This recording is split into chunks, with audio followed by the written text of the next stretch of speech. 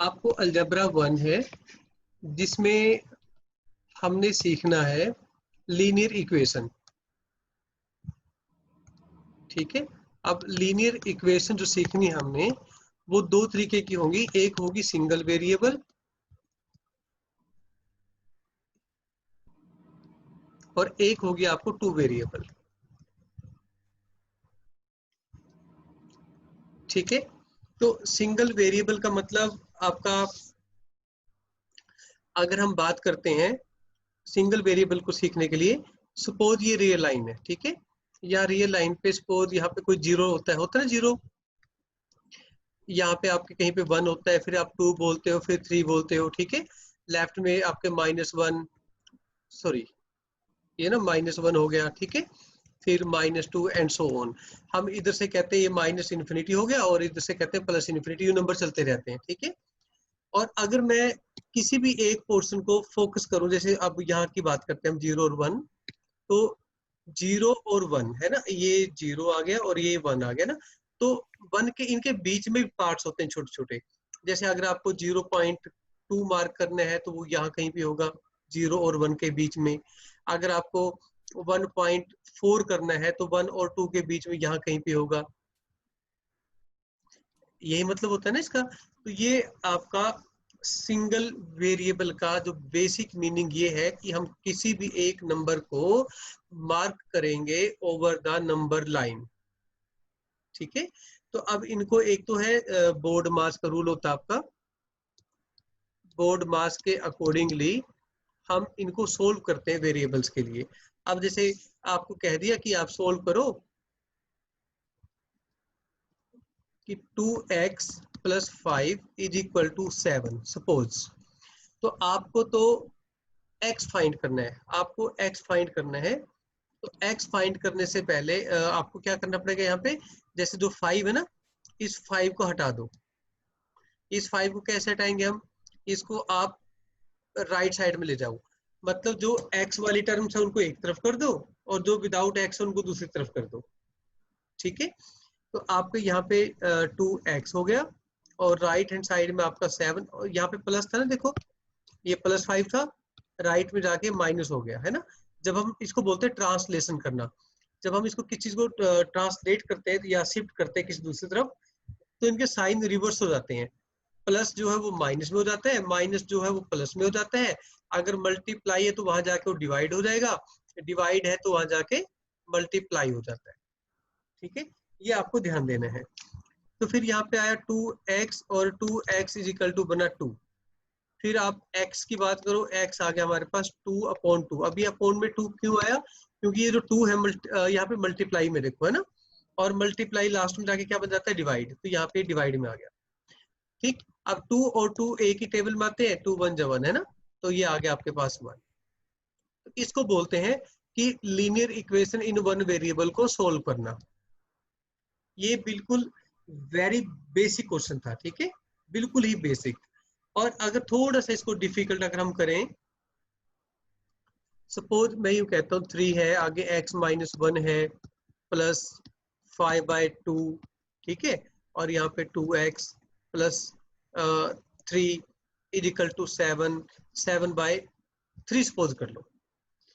अब ये इक्वेशन उस जो हमने अभी की थी उससे थोड़ी सी ज्यादा डिफिकल्ट है, मुश्किल नहीं है। ठीक है, इतना ज्यादा मुश्किल है, बस देखने में आपको थोड़ा डरावना लगेगा ये।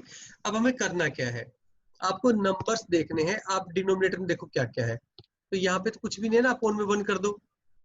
ठीक है, आप डिनोमिनेटर को चेक करो, यहाँ पे 1, यहाँ 2 और यहाँ पे क्या है 3। आपको एलसीएम आता निकालना।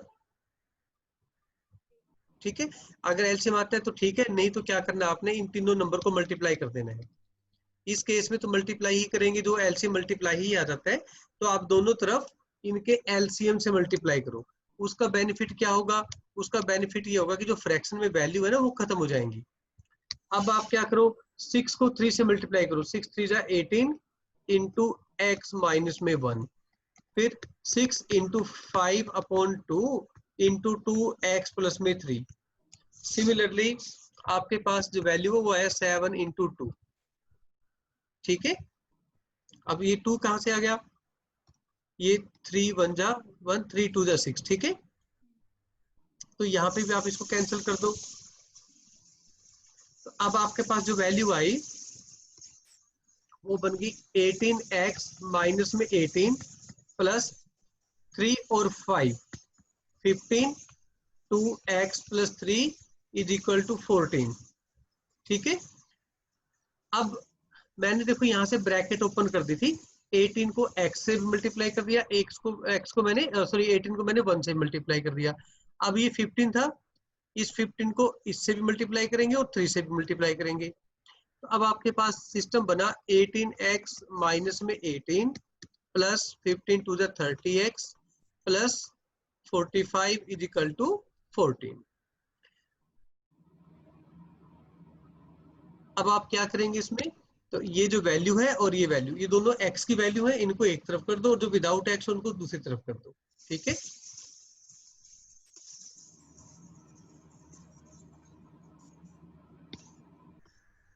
ये बना आपके पास 18x minus 13x plus 45 minus में 18 इक्वल टू 14। अब आप एक काम और कर सकते थे कि ये जो सारी वैल्यूज हैं इन सबको एक ही तरफ आप कर दो अभी से ना, जैसे लास्ट में 45 था। जैसे 30x है, 30 के आगे प्लस का साइन है, तो हमने यहाँ पे माइनस क्यों नहीं नहीं, ये लगाया? प्लस ही है, माइनस नहीं है। अब जैसे आपके पास ये ना गलती से ये वाला माइनस रह गया था, वो दिमाग में नहीं थी बात। अब ये 14 है, तो अब ये माइनस 18 था, इधर आके प्लस 18 हो गया, ठीक है। अब ये प्लस 45 था, यहाँ पे माइनस 45 हो गया। तो आपके पास अब ये जो वैल्यूज बनी है वो बन गई 48x, ठीक है। अब आप इनको उसी तरीके से आप पहले इनको ऐड कर दो, ठीक है। कितना बना, ठीक है,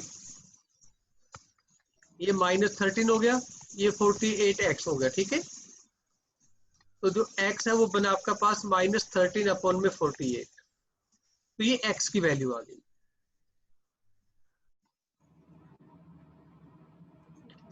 ये है बेसिक लीनियर इक्वेशन, ठीक है। और इसमें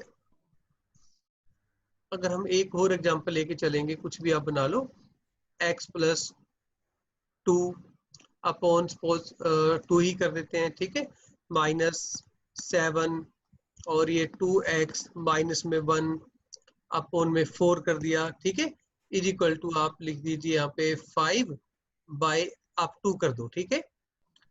अब एक काम करो, आपको तो प्रॉब्लम जो है वो मान लो हमें डिनोमिनेटर से है, ठीक है। तो यहाँ पे 2, यहाँ पे 4, यहाँ पे 2 है ना। अब इन सबको हटाना है, दो तरीके हैं, आप चाहो यहाँ का आप अलग से कर दो एलसीएम लेना, या पूरे का आप एलसीएम ले लो, मर्जी है आपकी, ठीक है, दोनों तरफ से ठीक है। तो मैंने तो अब तीनों को हाईलाइट कर दिया। अब आप 2 4 और 2 इनका एलसीएम निकालो, वो एलसीएम जो 4 आ जाएगा, ठीक है। एलसीएम का मतलब होता है जो एक ऐसा नंबर जो 2 के टेबल में भी हो, 4 के टेबल में भी हो, 2 के टेबल में भी हो। तो जो सबसे पहले नंबर आता है सबके टेबल में वो एलसीएम होता है। जैसे 2 2 जा 4, 4 1 जा 4, 2 2 जा 4। तो आप समझे ना, 4 ही एक ऐसा नंबर है जो सबसे पहले आता है तीनों के टेबल में। ऐसे तो 8 भी होगा, 12 भी होगा, उनको हम एलसीएम नहीं बोलते है ना, वो सिर्फ सीएम होते हैं, कॉमन मल्टीपल। उसके बाहर लिस्ट लगा दिया तो वो बन गया लीस्ट कॉमन मल्टीपल, ठीक है। तनुजा समझा रहा? Yes yes sir. अब हम इसके बाद क्या करेंगे बेटा, हम दोनों तरफ ना 4 से मल्टीप्लाई कर देंगे इस वाले नंबर से। तो यहाँ पे भी हमने 4 से मल्टीप्लाई कर दिया और यहाँ से भी 4 से मल्टीप्लाई कर दिया, ठीक है। अब आप ब्रैकेट ओपन कर दो, अब आप लिख दो 4 इंटू एक्स प्लस 2 अपॉन में 2 minus 4 into 7 into 2x minus में 1 अपॉन में 4 is equal to 5/2 multiplied by 4। अब जो जो टर्म कैंसिल हो सकती है कैंसिल कर दो, ठीक है। 2 टू जब 4 हो जाएगा और यहाँ से भी 2 टू जब 4 हो जाएगा। अब आप एक काम करो, इनको मल्टीप्लाई करो, अब 2 को x से करो, 2x plus 2 to the 4 minus 7 into 2x minus 1 is equal to 5 to the 10, ठीक है। अब आप इसको मल्टीप्लाई करो, ये क्या बना 2x प्लस 4 माइनस, बेटा बाहर माइनस है ना, तो अंदर के सारे साइन चेंज हो जाएंगे आपके।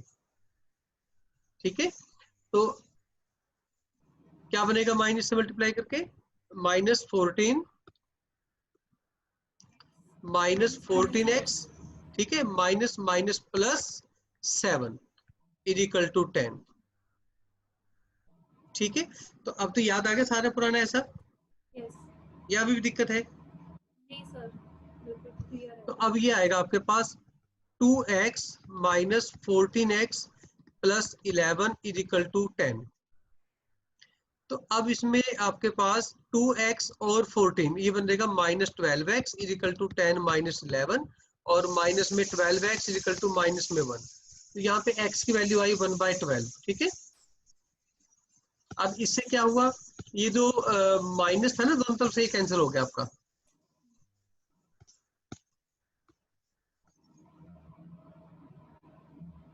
बात समझाई?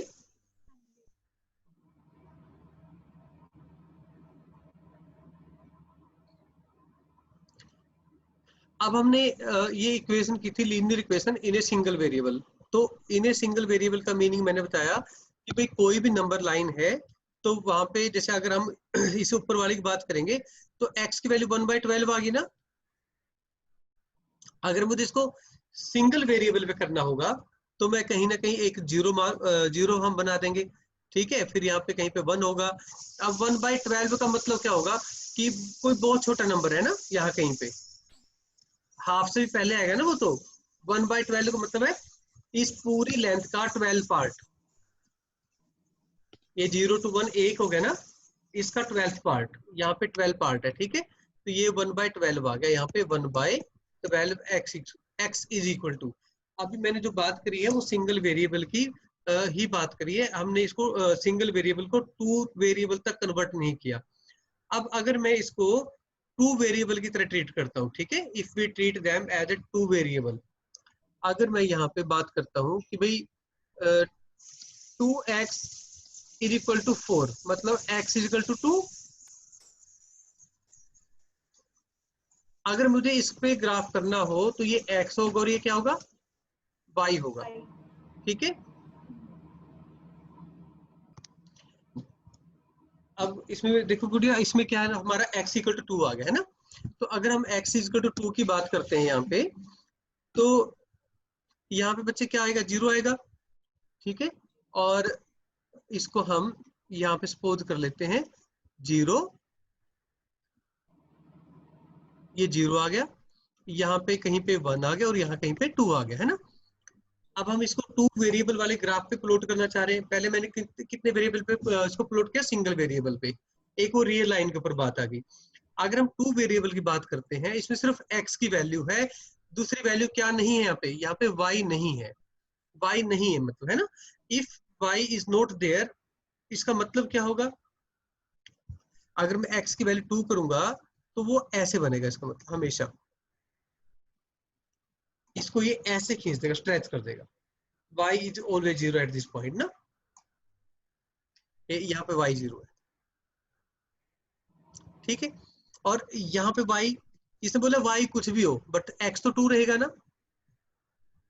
x यहाँ पे 2 है, तो x कितनी ही ऊपर चला जाए उसकी वैल्यू 2 रहेगी। क्या चेंज हो रहा है, y।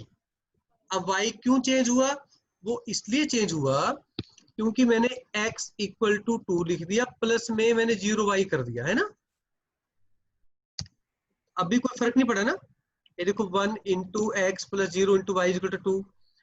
अब y की मैं कोई भी वैल्यू पुट कर दूं यहाँ पे, सिर्फ इतने पोर्शन में देखो, y की कोई भी वैल्यू पुट कर दो यहाँ पे, जैसे 0 इंटू 1 कर दो या 0 इंटू 2 कर दो या 0 इंटू 3 कर दो, ये 0 ही तो बनेगा, है ना।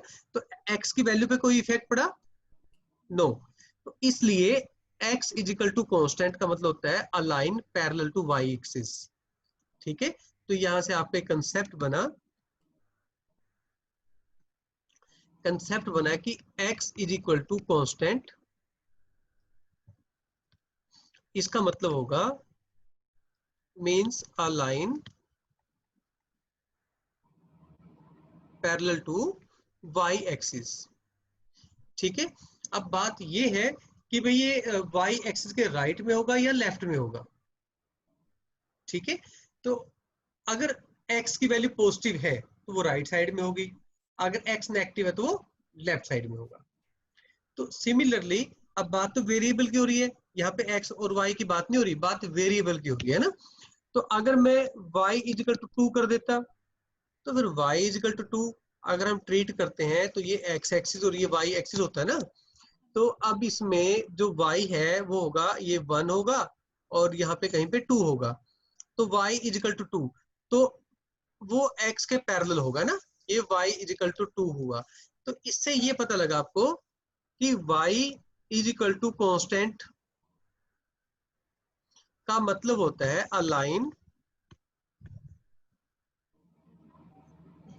Parallel to x axis, a line parallel to x axis. कोई दिक्कत तो नहीं है? ठीक। तो इसके अलावा अगर हमें मैं यूं कहता हूं कि y इज इक्वल टू एक ना टर्म है आपके पास, जैसे log पढ़ा होगा आपने है ना इकोनॉमिक्स में या जहां पे भी, जैसे मैं कहता हूँ log 10, ठीक है, या यहाँ पे बेस चाहे कुछ भी हो, हम log 10 की बात करें। अब ये है तो पॉजिटिव ना, ठीक है, मान लो यहाँ पे log 2 है बेस, अब ये पॉजिटिव है। या यूं कह लो ये y is equal to log 10, ये है तो कांस्टेंट, इसकी वैल्यू भी नहीं पता हमें क्या होगी। ठीक है, तो ऐसे का भी ग्राफ हम रैंडमली बना देते हैं अपनी मर्जी से कि भाई ये y is equal to log 10, y is equal to log 10, यहाँ पे बेस 2 था। ठीक है, मेरी बात फॉलो करके ना आप, ठीक है। तो ये आपका ग्राफ ऐसे बन जाता है x इजिकल टू कॉन्स्टेंट का या y इजिकल टू कॉन्स्टेंट का। तो मैंने आपको एक तो सिंगल वेरिएबल की जो लीनियर इक्वेशन है उसको समझा दिया, वो क्या मतलब है ना। अगर हम टू वेरिएबल की बात करें, देखो जब हम बात करते हैं ना सिंगल वेरिएबल में, जैसे मैं कहता हूँ x is equal to 1, x is equal to 2, x is equal to 3 या y is equal to -1, y is equal to -2, कुछ भी ऐसा, तो उसका सिर्फ एक ही मतलब होता है, a line either it is parallel to x axis or parallel to y axis। मतलब x is equal to constant और y is equal to constant है ना, इनका मतलब तो लाइन होता है ना। अब लाइन भी कौन सी होती है? पर्टिकुलर। जैसे x is equal to constant का मतलब होता है वर्टिकल लाइन, और इसका मतलब होता है हॉरिजॉन्टल लाइन। ठीक है, तो मैंने वर्टिकल लाइन भी बता दी आपको, हॉरिजॉन्टल लाइन भी बता दी आपको। ठीक है, अब वर्टिकल जो लाइन होती है वो वाई एक्सिस के पैरेलल होता है, और जो हॉरिजॉन्टल है वो किसके पैरेलल होती है? एक्स एक्सिस के पैरेलल होती है। वो डिपेंड करता है आपका, अब ये मतलब एक्स एक्सिस ऊपर होगी या नीचे होगी, वो डिपेंड करता है वाई की वैल्यू पॉजिटिव है या नेगेटिव है, एक्स की वैल्यू पॉजिटिव है या नेगेटिव, अकॉर्डिंग टू, है ना। तो वर्टिकल और हॉरिजॉन्टल लाइन हम बना सकते हैं। ठीक, समझे बात? अब जरूरी तो नहीं ना लाइन ऐसे भी, इसके अलावा कोई भी लाइन होती है बेटा उसको बोलते हैं ओब्लिक। क्या नाम बोल दिया मैंने? Oblique line. अब ओब्लिक का मीनिंग होता है ना तिरछा। ठीक है, तो हाँ अब उसकी बात करें, अभी तिरछा कब होगा ये, उसका मीनिंग क्या है। तो अब हम स्ट्रेट लाइन भी बोल देते हैं उसको, और linear equation in two variable भी बोल देते हैं। उसका मीनिंग क्या है? अच्छा मैं आपसे एक बात पूछता हूँ, अब मुझे बताना, ये क्या है? आप इसको क्या बोलोगे? किसी को समझाना तो क्या बोलोगे आप? इसका नाम क्या है? इसका नाम क्या है? स्लांटिंग लाइन होगी और स्लांटिंग भी हो गया ना नहीं, ये। इसको एक सिंगल वर्ड में क्या बोलेंगे? लाइन बोलोगे या नहीं बोलोगे? जी हाँ जी, हाँ जी, लाइन। है ना। ठीक, तो अब अगर किसी को बताना हो, सिंपल सी बात है, अगर मैं किसी को बता रहा हूँ कि लाइन है, तो या तो मैं बोल के बताऊंगा ऐसे लाइन, लिख के वर्ड्स में, ग्राफ बनाऊंगा तो कुछ ऐसा बनाऊंगा, या आप यूं कह लो ऐसे बनाऊंगा ग्राफ। ठीक है, ये तो होगा ग्राफिकली रिप्रेजेंटेशन, ये होगा लिख के बताने का। ठीक है, अब इसके अलावा क्या हमारे पास कोई और मोड है जिससे ये पता लग जाए कि भाई ये लाइन है? बिल्कुल, मैथमेटिकली भी एक आपके पास टर्म होती है, नोटेशन होती है, वो ऐसे होता है a x plus b y is equal to c, या कुछ जगह पे इक्वल टू नहीं लिखते वो प्लस में सी लिख देते हैं, तो कोई फर्क नहीं पड़ता उससे, इक्वल टू 0 कर देते हैं, ठीक है। सी कांस्टेंट है ना, कोई फर्क नहीं पड़ता। अगर इस तरफ -2 तो उधर जाके वो +2 हो जाएगा। अब इस बात से यूं मत बोलना कि ये सी इधर था तो इस तरफ आगे माइनस हो जाएगा, वो मीनिंग नहीं है। आप एक ही नोटेशन लेके चलना, या तो इक्वल टू दिस ये लेके चलो या प्लस सी लेके चलो आगे। समझे, मेरी बात क्लियर होगी ना? ठीक है। तो अब अगर हम मैथ की बात करते हैं, तो मैथ में जैसे इसका मतलब लाइन है, इसका मतलब लाइन है, तो इन दोनों का जो रिप्रेजेंट करता है ना मैथमेटिकली, वो ये होता है। जैसे अब अगर हम बात करते हैं, एक इक्वेशन लेके चलते हैं, मैं कहता हूं कि भाई ये 2x प्लस में 3y इज इक्वल टू 6 है ना। मैं इसको बोलूंगा तो लाइन है। अब मुझे पता है ये लाइन है, तो अब आपको भी पता लग गया ये लाइन है क्योंकि मैंने लिख दिया। बट आपको हमेशा पता होना चाहिए लाइन है, बिकॉज ये लीनियर है। अब लीनियर का मतलब ये है कि x के और y के जो जो पावर है वो 1 है। x की जो पावर है वो कितनी है, 1। ये देखो x की पावर 1 हो गई, और y की पावर भी कितनी आ गई, 1 आ गई। इसलिए इसकी पावर, इसको लीनियर बोलते हैं हम। दूसरा, इसका जो ग्राफ है वो लाइन बनता है, ठीक, ये आपको पता होना चाहिए। और अगर हम इसका ग्राफ बनाना ना बेटा, तो बड़ा आसान है ग्राफ बनाना। इसके लिए आपको ना कोई फालतू के रूल लगाने की जरूरत नहीं है। इसी एक इक्वेशन को आप डिफरेंट तरीके से आप लिख सकते हो। डिफरेंट फॉर्म्स होती हैं, उनको बोलते हैं हम सिंपल स्ट्रेट लाइन। तो अभी मैं इसकी कुछ और बातें भी आपको बताऊंगी इसी के बारे में। तो पहले इसका ग्राफ बनाना सिखा देता हूँ मैं आपको। बड़ा छोटा सा ग्राफ है, ठीक है, बड़ा सिंपल तरीका है।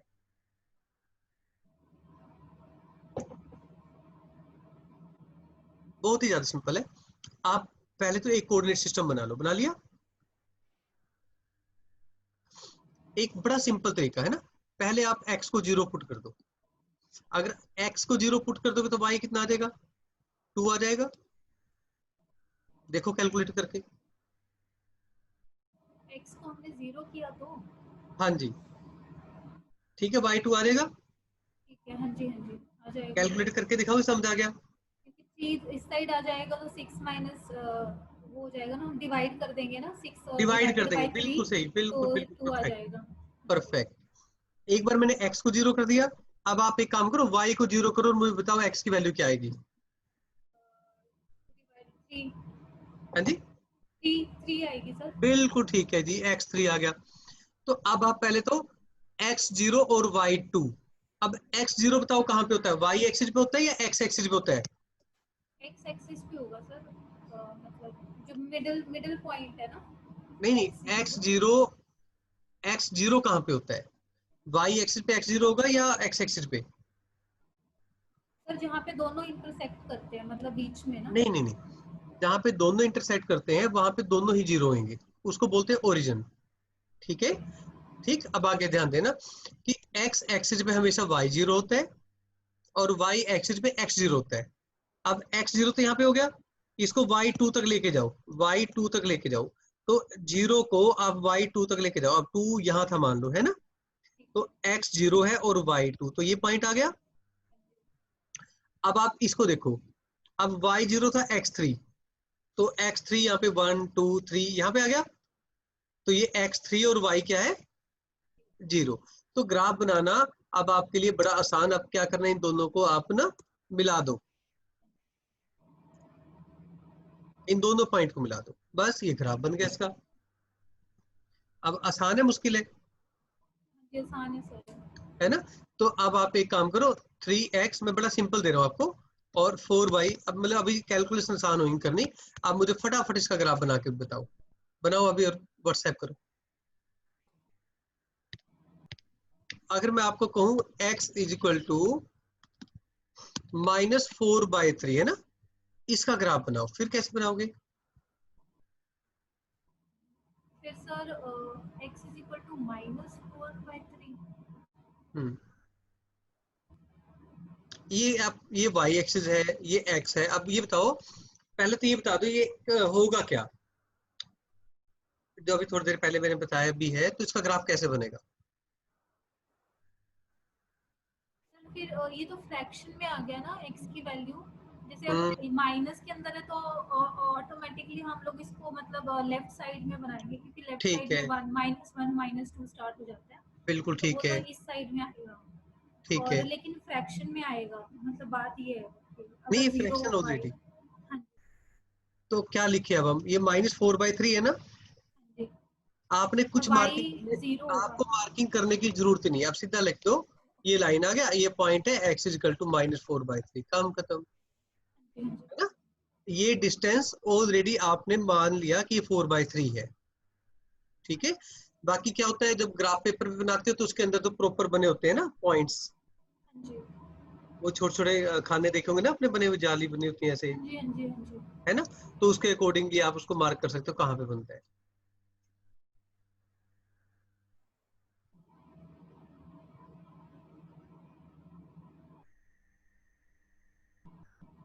अब आप एक सिंपल सी बात है, आप ये देखो,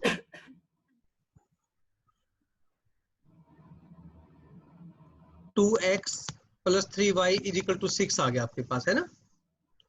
तो इसमें से एक काम करो, अब y को बाहर रखो, बाकी सबको उस तरफ लेके जाओ, तो क्या बनाइए, 6 माइनस में 2x बनेगा, ठीक है। तो अगर आपके पास u सिस्टम बनेगा तो ये बनेगा 6 माइनस 2x, और ये जो 3 था ना, इसको हटा देते हैं हम, और अपॉन में 3 आ जाएगा, सही बात है। तो अगर मैं इसको अलग तरीके से देखूं तो ये बनेगा 6/3 -2x/3, इसमें हमने क्या किया, सेपरेट द न्यूमरेटर,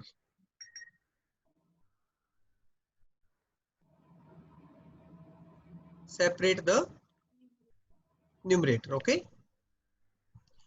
तो अब इसमें आपके पास वैल्यू बनेगी 2 माइनस ये बनेगा 2/3 इंटू एक्स, और ये है y की वैल्यू, ठीक है। आ गया ना y की वैल्यू, यहाँ तक कोई दिक्कत है तो बताओ, हेजिटेट नहीं करना है, बता देना अगर प्रॉब्लम हो तो, ठीक है। इसके बाद आप ये देखो, इसमें जो x की वैल्यू है, मतलब सॉरी x की वैल्यू कह रहा हूँ मैं, ये जो x की टर्म है उसको हमेशा पहले लिखना है, कांस्टेंट को बाद में लिखना है। तो ये -2/3x, और ये प्लस में 2 रहा है ना, मैंने साइन ही चेंज किया इसके, क्योंकि वो इक्वालिटी के एक ही तरफ अभी तक, जब मैं इक्वालिटी का चेंज करूंगा ना, लेफ्ट से राइट लेके आऊंगा, तो फिर साइन चेंज होंगे, अदरवाइज नहीं चेंज होंगे, ठीक। तो ये आई y की वैल्यू, है ना। तो अब हमने y की वैल्यू 1 बना दी, और एक आपके पास कंसेप्ट होता है, जैसे मैंने आपको बोल दिया ax प्लस में by प्लस में c इजिकल टू 0, है ना। ये किसकी इक्वेशन होती है, लाइन की होती है ना, इसको बोलते हैं general equation, general equation of line, ठीक है। तो इसी का एक रिड्यूस्ड फॉर्म है, रिड्यूस्ड फॉर्म मतलब इससे रिड्यूस किया हुआ, तो वो फॉर्म थी आपकी y is equal to mx plus में c। तो ये जो इक्वेशन है y is equal to mx plus में c, इसको मैं बोलता हूं इक्वेशन ऑफ ए लाइन। देखो ऊपर वाली भी इक्वेशन ऑफ लाइन है, ये भी इक्वेशन ऑफ लाइन है, बट दोनों में फर्क है। इक्वेशन ऑफ लाइन इसको बोलते हैं in slope intercept form, slope intercept form, ठीक है। ये मैं सारा आपको ग्राफिकल पॉइंट ऑफ व्यू से पढ़ा रहा हूँ, जो लीनियर इक्वेशन का सिंगल वेरिएबल टू वेरिएबल में जो यूज होता है ना, उसके अकॉर्डिंगली। तो ये बनेगी equation of line in slope intercept form. अभी स्लोप और इंटरसेप्ट फॉर्म का मतलब क्या है, यहाँ पे स्लोप क्या होगी और इंटरसेप्ट क्या होगी, ठीक है। तो उसके लिए आपको ये ध्यान देना है कि जो कोफिशिएंट ऑफ एक्स है वो स्लोप होगा, और इसमें जो सी होगा उसको बोलते हैं वाई इंटरसेप्ट,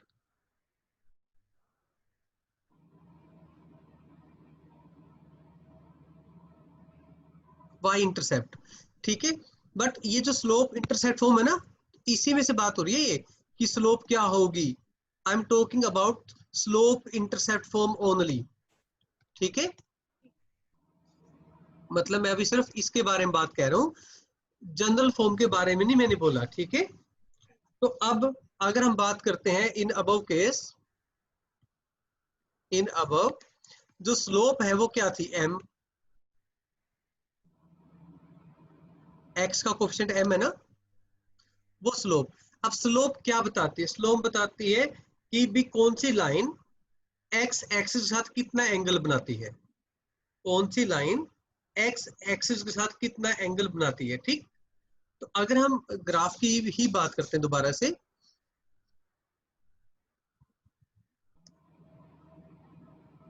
ये जो बीच में आपको पॉइंट दिख रहा है इसको हम बोलते हैं ओरिजिन। ठीक है, कोई भी स्ट्रेट लाइन जो ओरिजिन से पास करती हो, कोई भी स्ट्रेट लाइन जो ओरिजिन से तो पास करती हो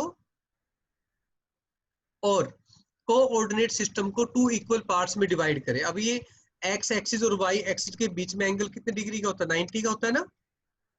तो ये एंगल भी आपका 45 डिग्री हो और ये एंगल भी 45 डिग्री हो, मतलब इक्वल पार्ट्स हैं दोनों, ये और ये सेम है ना, ये दोनों इक्वल पार्ट्स हैं। अब हम क्या चाह रहे थे कि भाई ये जो लाइन आपने बनाई है इसका क्या मीनिंग है? ये एक लाइन है जो आपको एक्स एक्सिस और वाई एक्सिस के सेंटर की लाइन देती है, इसको हम बोलते हैं y is equal to x. इसका दूसरी फॉर्म है y minus x is equal to 0। ठीक है, अब इसकी स्लोप क्या होती है? इसमें एक्स का कोएफिशिएंट कितना है? 1, तो इसकी स्लोप है 1। अगर कोई स्ट्रेट लाइन इससे नीचे होगी, मतलब मैं सपोज कर लो यहाँ पे बात कर रहा हूँ कि कोई लाइन ऐसे आ गई, ठीक है, तो ऐसी इनकी जो स्लोप होगी वो लेस देन 1 होगी, लेस देन 1। ठीक है, अगर लाइन मैं एक ना हाईलाइट कर रहा हूँ आपको येलो पोर्शन, अगर स्ट्रेट लाइन इतने पोर्शन में हो, मतलब इसको बोलते हैं हम, समझ गए बात, येलो पोर्शन वाला, तो line less than 1 but greater than 0, जो स्लोप है ग्रेटर देन 0 होगी, नेगेटिव नहीं होगी स्लोप यहाँ पे। ठीक है, और ये जो पोर्शन है आपका ऊपर वाला पोर्शन जिसको हम,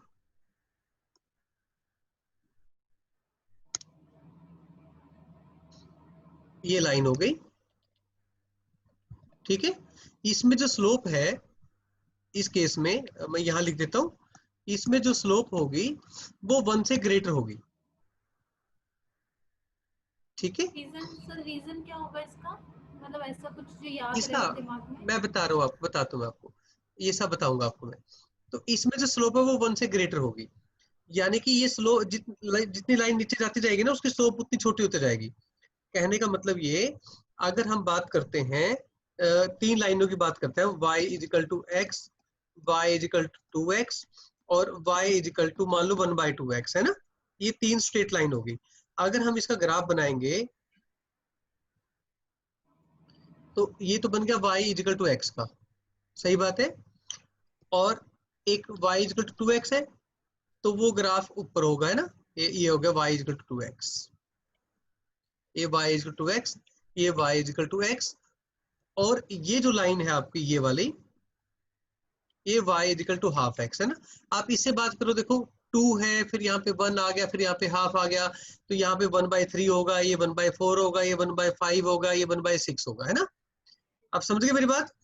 y is equal to 1/3x, 1/4 था, ये 1.5 हो गया, ये आप y is equal to 1/6x हो गया, एटसेट्रा एंड सो ऑन। इस तरीके से जो है लाइन नीचे आती रहेगी। ठीक, और जैसे ये 2 था, तो इसके बीच में अगर हम कोई लाइन ड्रॉ करना चाहेंगे तो ये 3/2 वाली लाइन हो जाएगी, कुछ भी 1.7 हो जाएगा, 1.9 हो जाएगा, ये 2.1 हो जाएगा, इस तरीके से। ठीक है, तो जैसे जैसे स्लोप बढ़ती जाएगी तो लाइन ऐसे जाती रहेगी। उसका कारण ये है कि जो स्लोप होती है वो, पहले तो वो समझा रहा हूँ कि होता क्या, आप ना, आप कितना तो समझ आया। अब स्लोप का एक्चुअल मीनिंग क्या है, जो मैंने आपको बताया था कि अभी थोड़ी देर पहले, कि कितनी बेंडिंग होती है वो। अगर हम किसी भी स्ट्रेट लाइन की बात करते हैं, ये मान लो स्ट्रेट लाइन, ठीक है, जरूरी तो नहीं ना कि हमेशा लाइन जो है ओरिजिन से पास होगी। ठीक है, तो अब ये लाइन एक्स एक्सिस के साथ एंगल बनाती है, आप इसको कहीं पे भी लिख दो, आप यहाँ लिख दो, यहाँ लिख दो, एंगल तो सेम ही रहेगा ना, ठीक है ना, क्योंकि एक्स एक्सिस भी वहीं से पास हो रही है ना, एंगल सेम रहेगा, कहीं पे भी लिख दो आप। ये एंगल सपोज कर लो 10, ये एंगल थीटा है, तो जो स्लोप होती है ना आपकी, वो बेसिकली tan थीटा होती है, ठीक है। तो जो tan है वो इंक्रीजिंग होता है, tan 45 1 होता है, tan 45 कितना होता है 1। तो अगर मैं एक वैल्यू याद करूं tan 45 डिग्री की, तो वो 1 होती है। तो इसलिए मैंने क्या किया था कि जो सेंटर से लाइन पास करती है उसकी तो स्लोप कर दी 1, ठीक है ना। और बाकी जो स्लोप है वो ग्रेजुअली इंक्रीज करती है फ्रॉम 0 टू इन्फिनिटी। यहाँ पे अगर कोई लाइन है ना, जैसे वाई एक्सिस है, इसकी स्लोप डज नॉट एग्जिस्ट, मतलब नॉट डिफाइन हम बोलते हैं, इनफाइनाइट स्लोप होती है। फिर दोबारा एक बार समझो, अब कोई भी एक स्ट्रेट लाइन है, अब लाइन एक्स एक्सिस के पैरेलल भी तो हो सकती है बेटा, है ना। तो मैं यूं कहता हूँ कि ऐसी कोई लाइन है ना, तो इसकी जो स्लोप है वो हमेशा 0 होगी। Slope of a line parallel to x axis always equal to 0। क्योंकि कोई एंगल नहीं बन रहा इसलिए। नहीं, एंगल 0 है, क्योंकि इन दोनों के बीच में एंगल क्या होगा 0, पैरेलल है ना दोनों, हाँ जी एग्जैक्टली। ठीक है ना, पैरेलल है। अगर हम इसको थोड़ा सा पुश डाउन करेंगे तो ये एक्स एक्सिस को ओवरलैप कर देगी, कोइंसिडेंट लाइंस बोल देंगे हम इनको, ठीक है। तो ये बनेगा एंगल 0, तो इसलिए इसकी जो स्लोप 0 है। और अगर हम बात करते हैं वर्टिकल लाइन की, तो वर्टिकल लाइन में अगर हम बात करते हैं तो ये कोई लाइन आ गई है ना, तो इस केस में जो स्लोप होगी वो हम बोलते हैं नॉट डिफाइंड, यानी कि इनफाइनाइट, नॉट डिफाइंड, ठीक है। उसका कारण ये है कि ये एंगल जो 90 डिग्री बनता है, और जो tan 90 होता है वो डिफाइन नहीं होता, वो नॉट डिफाइंड होता है, ठीक है। और यहाँ पे जो एंगल है वो 0 होगा, तो आपको पता है कि जो tan 0 है वो 0 होता है, इसलिए वहां पे स्लोप 0 थी, ठीक है। अगर स्लोप नेगेटिव हो, एक और बात देनी है कि अगर स्लोप पॉजिटिव है, अगर स्लोप है पॉजिटिव, तो जो इक्वेशन है ना वो इसके इनके बीच में रहेगी, मतलब कहीं ना कहीं, मतलब वो ऐसे रहे ऐसे रहे ऐसे रहे ऐसे रहे, ठीक है, अगर स्लोप पॉजिटिव होगी। अगर स्लोप नेगेटिव होगी तो फिर वो ऐसे हो जाएगी। आप ये पता है आपको कि हम इसको फर्स्ट क्वाड्रेंट बोलते हैं, इसको सेकंड बोलते हैं, इसको थर्ड, इसको फोर्थ, ये तो पता है ना, बस ठीक है। तो मैं एक सिंपल से बात बताता हूँ आपको। अगर स्लोप पॉजिटिव है ना, जो लाइन है वो फर्स्ट एंड थर्ड क्वाड्रेंट से पास करेगी, ठीक है। अगर स्लोप नेगेटिव है तो जो लाइन है वो सेकंड एंड थर्ड क्वाड्रेंट में होगी, सॉरी फोर्थ में, ठीक है। तो ये आपको ध्यान देना है। तो अगर मैं दो बिल्कुल कॉमनली यूज्ड होने वाली लाइंस के बारे में बता रहा हूँ, एक होती है y इजिकल टू एक्स और एक होती है y is equal to minus x, ठीक है।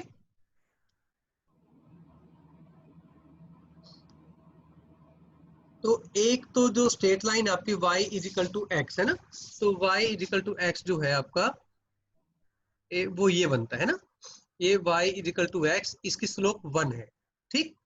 और एक हम नए अलग कलर में बना देते हैं एक लाइन,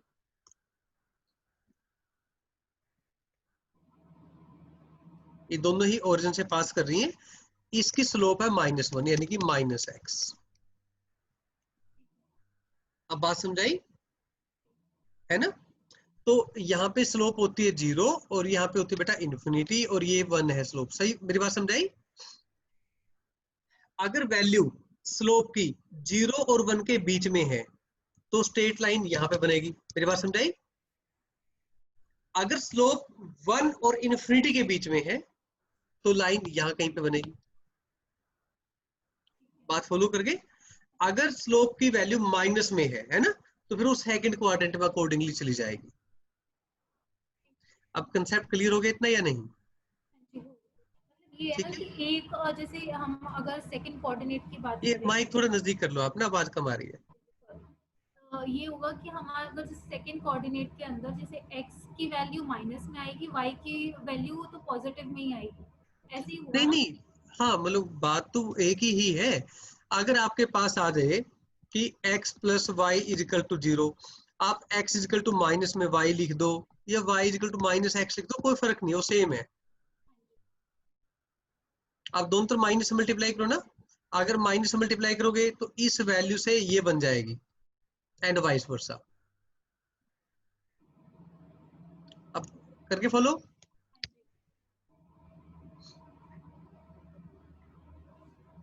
कुछ पूछना है दोबारा आपने? नहीं नहीं नहीं सर, क्लियर है। ठीक है ना?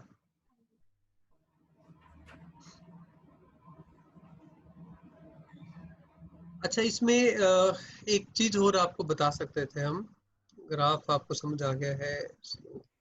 हाँ, अगर आपको यूं कह दिया जाए कि व्हाट विल बी स्लोप, है ना, व्हाट विल बी स्लोप, अभी मैं इंटरसेप्ट और बता रहा हूँ आपको, पहले स्लोप की बात करेंगे ना। स्लोप ऑफ द लाइन, अगर मैं कह दूं 2x plus 3y equal to 6, मैं उसी को लेके चल रहा हूँ इक्वेशन को, तो फिर इसकी स्लोप क्या होगी? तो इसकी स्लोप दो तरीके से निकलेगी। एक तो यहाँ से y की वैल्यू निकाल दो, जो कोएफिशिएंट ऑफ x है वो आपका स्लोप निकल जाएगा। जैसे हम mx प्लस c करके निकालेंगे हाँ स्लोप। हाँ, ठीक है। या तो उससे आप निकाल दो, अदरवाइज अदरवाइज इन जनरल क्या होगा, इन जनरल अगर आपके पास ए एक्स प्लस में बी वाई प्लस में सी इक्वल टू 0 हो या इक्वल टू सी हो, कोई फर्क नहीं पड़ता, तो जो स्लोप है ना आपकी, वो क्या होगी? जो स्लोप होती है minus coefficient of x upon coefficient of y. अब ये ऐसा क्यों हुआ, ये देखिए आप पहले। आपके पास इक्वेशन क्या थी, ए एक्स प्लस में बी वाई प्लस में सी इक्वल टू 0 है। यहां से बी वाई लेफ्ट रखो और बाकी सबको राइट में ले जाओ, लेके तो y की वैल्यू क्या रहेगी, माइनस ए अपॉन बी एक्स माइनस सी अपॉन बी, है ना। इसको हम एक प्रॉपर सिस्टम में लिखे, ऐसे करके लिख सकते हैं इसको या नहीं? तो फिर ये जो वैल्यू है ये आपकी स्लोप बन जाएगी। क्या बन जाएगी? स्लोप। और ये बन जाएगा इंटरसेप्ट। ठीक है, अब स्लोप तो आपको एकदम क्लियर हो गया। अब मैं आपको इंटरसेप्ट और बता देता हूँ, ठीक है। अब इंटरसेप्ट क्या होता है, अगर हम बात करें किसी भी स्ट्रेट लाइन की, आप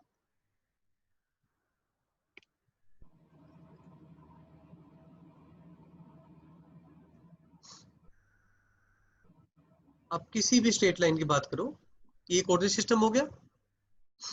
अब मैंने ये बोला था कि कोई भी स्ट्रेट लाइन है वो कैसे भी हो सकती है, हमें नहीं पता है ना। ओब्लिक भी हो सकती है ना, वर्टिकल भी हो सकती है, हॉरिजॉन्टल भी हो सकती है।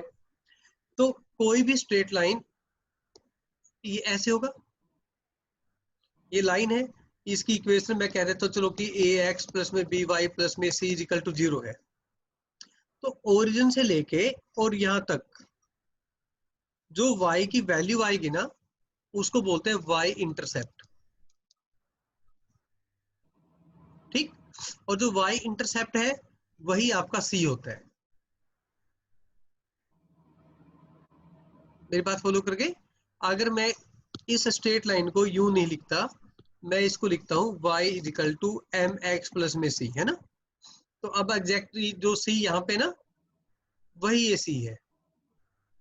ठीक है, ये प्लस माइनस कुछ भी हो सकता है। ठीक, बात फॉलो करके, अगर मैं यूं लिखता हूं कि y is equal to 2x plus में 3, इसका ग्राफ बताओ, तो इसका मतलब ये है, ये प्लस में 3 आ गया ना, और इसकी स्लोप कितनी आ गई, 2। अब वैसे तो जो ग्राफ है वो ऐसे बनना चाहिए था, बट यहाँ +3 है ना, तो ये 3 स्टेप ऊपर चला जाएगा, क्योंकि y का इंटरसेप्ट 3 है ना, और y इक्वल टू 2x का ग्राफ जो है वो ऐसे होता है। तो ये आ गया y equal to 2x plus 3। तो इसलिए कंफ्यूज नहीं होना, मैंने अभी आपको दो मेथड बता दिए ग्राफ बनाने के, एक तो स्टार्टिंग बताया था और एक अभी ये बता दिया। तो इसको अगर हम दूसरे तरीके से भी करेंगे तो कैसे करेंगे हम, तो y equal to 2x plus 3 है, बेटा टेबल बना लो है, आपको 3 पॉइंट बनाने की जरूरत नहीं है, ठीक है। हाँ, कई बार सब्जेक्टिव क्वेश्चन आते हैं तो 3 इसलिए बनाने होते हैं पॉइंट कि जो लाइन है वो आपको एग्जैक्टली लग जाता है कि जो पॉइंट सही है, तो तीनों एक ही लाइन में आएंगे। फिर अगर पॉइंट आपके गलत आ गए ना, मतलब वैल्यूज गलत होंगी, तो पॉइंट तो कहीं पे भी हो, 2 पॉइंट हो तो हमेशा लाइन बनेंगे। अगर मैं 3 पॉइंट लूंगा तो लग जाएगा पता कि मैंने सही बनाया या गलत बनाया, क्योंकि लाइन कभी भी टेढ़ी नहीं हो सकती।